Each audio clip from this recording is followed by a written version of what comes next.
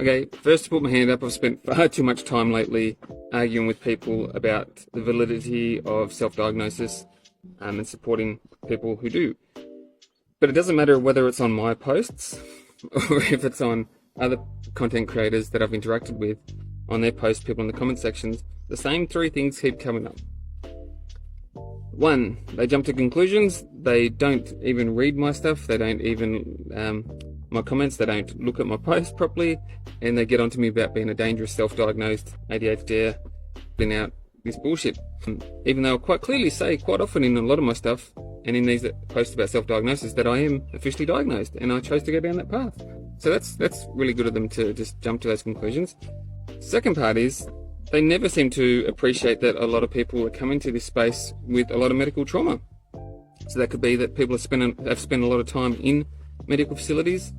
They've had some bad experiences maybe. Some people have repeated procedures and it doesn't fix what they're in there for, that the doctors have sent them for.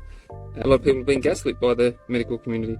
People have limited options, and when they use those options and are met with condescension and financial restrictions, it can make it really, really hard and traumatizing. But a lot of these people seem to just say, oh well, if you're really serious about it, you'd go do it.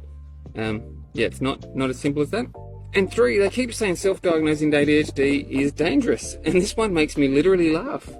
There's one quite large creator I saw who's very anti a lot of ADHD creators by the look of it, and he was saying how it's stupid, people self-diagnosing, but he was saying basically it's dangerous because one of the treatments for it is a controlled substance. And he's right, it is a controlled substance and should be controlled.